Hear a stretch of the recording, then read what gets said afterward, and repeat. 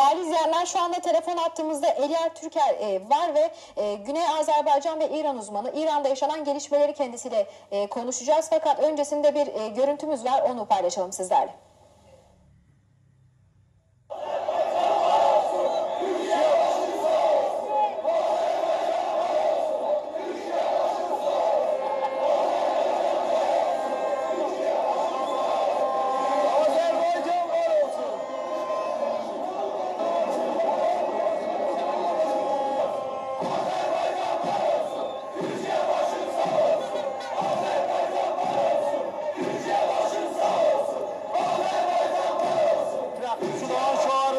Türkiye'de baş veren zelzeleye depreme göre dönüştür.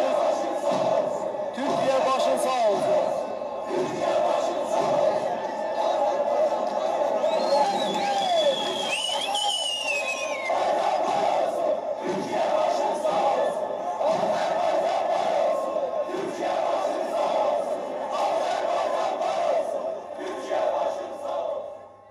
Değerli izleyenler, İran Ligi'ndeki gelişmeleri sizlere aktardık. Liginde traktör ötesi maçında 81 taraftar Türkiye'yi destekleyen sloganlar attı ve İran tarafından da tepkiyle karşılandı. Şu anda telefon hattımızda olan Eliar Bey ile durumu değerlendireceğiz. Eliar Bey, hoş geldiniz yayınımıza. Merhaba, iyi yayınlar. Nasılsınız, iyi misiniz? Teşekkür ederim, sizler de iyisiniz. Sağ olun, çok teşekkür ederim haber yayınladığınız için. Buyurun, gelişmeleri sizden dinleyelim. Bugün İran'da biliyorsunuz, İran'ın 81 milyon nüfusu var.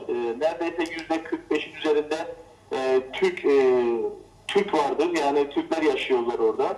Güney Azerbaycan, çoğunlukla Güney Azerbaycan Türkleri olarak. Ama Türkleri önemli bir gelişmelerde son yıllarda bir tane futbol takımı traktör olarak tribün olmuştu, ses olmuştur ve tüm sloganlar o takımın maçlarında atılıyor sesler, Türkiye marşlar, Türk sloganlar. Ancak hatırlarsınız, Barış Pınarı Harekatı'nda traktör 80 bin taraftarla Barış Pınarı Harekatı'na destek vermişlerdi o zaman. Türkiye bayraklarını dalgalandırmışlardı. O zaman 100'den fazla kişini gözaltına almışlardı ve sonra hem taraftarları hem takımı tahdit etmişlerdi. Artık stadyumlarda Türkiye taraftarı lehine, Türkiye taraftarı olarak slogan atamazsınız, atarsanız da delil ödersiniz, size böyle bir slogan atılmıştı.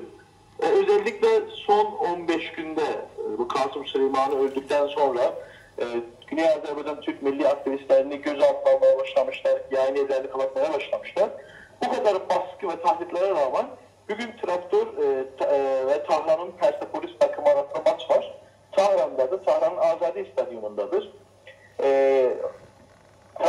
Çoğunluk taraftarlar Tahran'da stadyumda. Türkiye'nin son kaç günde Elazığ ve Malatya'da baş veren depremlerine dolayı Türkiye destekli sloganlar attılar. Azerbaycan var olsun, Türkiye başın sağ olsun. Yetkililer bu sloganları duyan yetkililer artık stadın kapılarını kapatıp ve traktör taraftarlarının stada girmesine müsaade etmiyorlar ve içeride bu slogan verenleri gözaltına almak istiyorlar. Böyle bir baskılar vardır ama bunu bilmeleri lazım. Ne kadar baskı ve tehditler arttıkça bu hareketler daha yükselecek, daha fazla olacaktır. Neden ki onlar bizim Türklüğümüzü, kimliğimizi unutturmak istiyorlar ama bu halk gün ve gün gittikçe, zaman geçtikçe daha cesaretlenip ve daha kendi kimliğini korumak istikamette yürümektedir. Ama bu an yarım saat sonra Traktör ve Persepolis'in maçı başlayacaktır. Sloganlar devam ediyor.